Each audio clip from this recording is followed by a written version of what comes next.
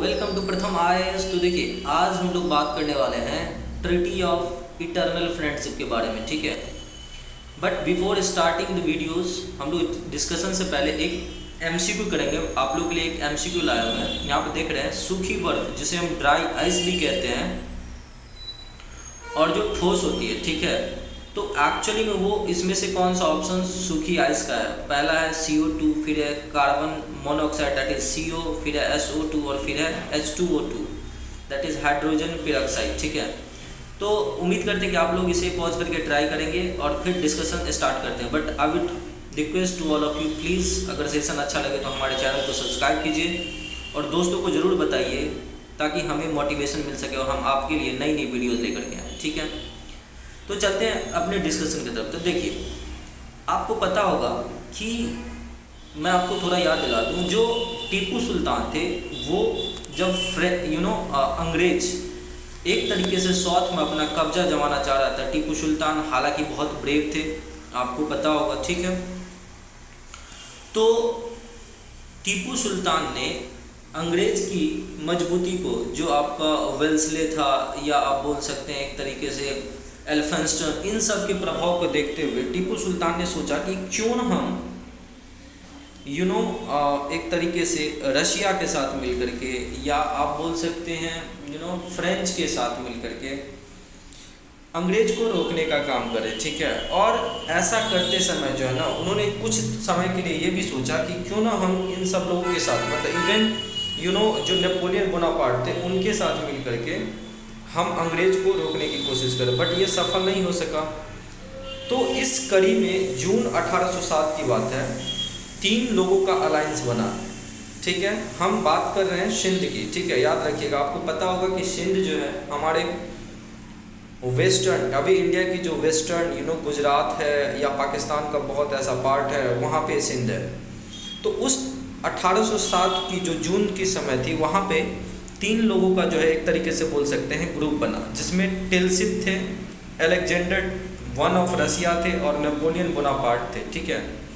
और इन लोगों का एम था कि हम इंडिया को इन्वेड करेंगे through the land route. But उसी समय पे जो ब्रिटिश थे वो चाहता था कि हम इंडिया, जो उस टाइम का ब्रिटिश इंडिया हुआ करता था, और रसिया के बीच में एक बैरियर बना करके रखे, ठीक है।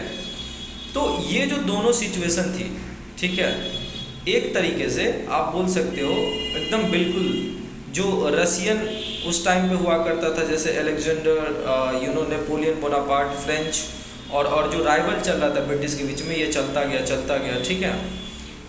बट इन सब चीज़ों को जो बैरियर क्रिएट करने के लिए अंग्रेज के जो लॉर्ड मिंटो थे, उन्होंने क्या किया, 3 लोगों की डेलीगेशन भेजी। किससे?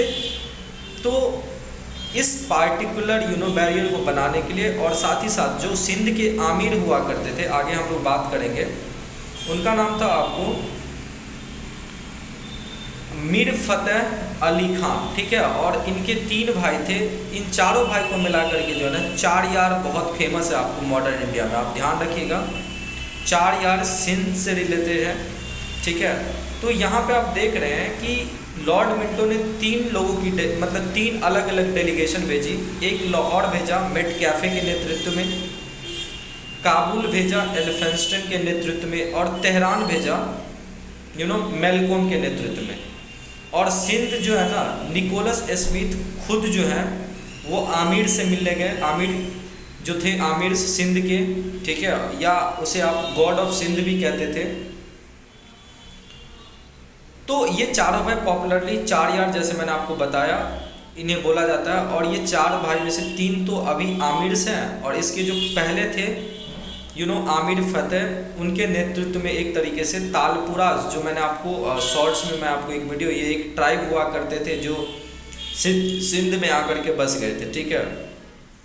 तो एक्चुअली में ये बलूचिस्तान के ट्राइब थे, बट ये सिंध में आकर के बस गए थे। तो उनके लीडर थे मीर फतेह। और जब इनकी डेथ हुई तो इनके ये 4 भाई में से 4 यार में से 3 थे, उन्होंने अपनी इसकी एक तरीके से जितनी भी टेरिटरीज थी, मतलब इनके अंदर मीर फतेह के अंदर, उसको बांट लिया था। और इन आमिर के साथ मिलकर के फिर जो लॉर्ड मिंटो ने एक तरीके से आप बोल सकते हैं डेलीगेशन भेजा। उनका मेन काम ये था, स्पेशली ये जो आप यहाँ पे देख रहे हैं निकोलस स्मिथ जो सिंध गए थे, उन्होंने इन सारे आमिर्स के साथ मिलकर के एक डिफेंसिव एग्रीमेंट साइन किया। और ये आमिर्स का उनके इतिहास का सबसे पहला जो है ना एक तरीके से बोल सकते हो ट्रीटी थी, जिसको 1807 में जो है ना इटर्नल ट्रीटी साइन की गई। ठीक है, तो ये चीज़ें जो है फिर से आपको आगे भी चला कि इसका रिजल्ट क्या हुआ। तो दोनों साइड मतलब आमिर्स और अंग्रेज ने ये सोचा कि हम फ्रेंच को इससे अलग रखेंगे, फ्रेंच को बीच में नहीं लाएंगे, सिंध में कभी भी फ्रेंच नहीं रहेगा। साथ ही साथ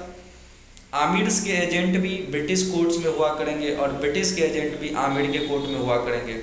और इस ट्रीटी को 1820 में फिर से सेम ट्रीटी को रिन्यू कर दिया गया, बट इसमें एक आर्टिकल ऐड कर दिया गया जिसमें कहा गया कि जिस तरह से आप फ्रेंच को अलग कर रहे थे, क्योंकि उस टाइम पे क्या हो रहा था कि जो अमेरिका की खोज हो चुकी थी, जो फ्रेंच हुआ करते थे अंग्रेज वहाँ पे, ठीक है, तो एक तरीके से आप बोल सकते हो यूरोपियन को अमेरिकन अब भगाना चाह रहे थे, तो अमेरिका की उत्पत्ति हो रही थी, तो उन्होंने बोला कि भाई अमेरिकन भी अब जो है सिंध से अलग रहेगा। तो ये 1807 आप याद रखिएगा।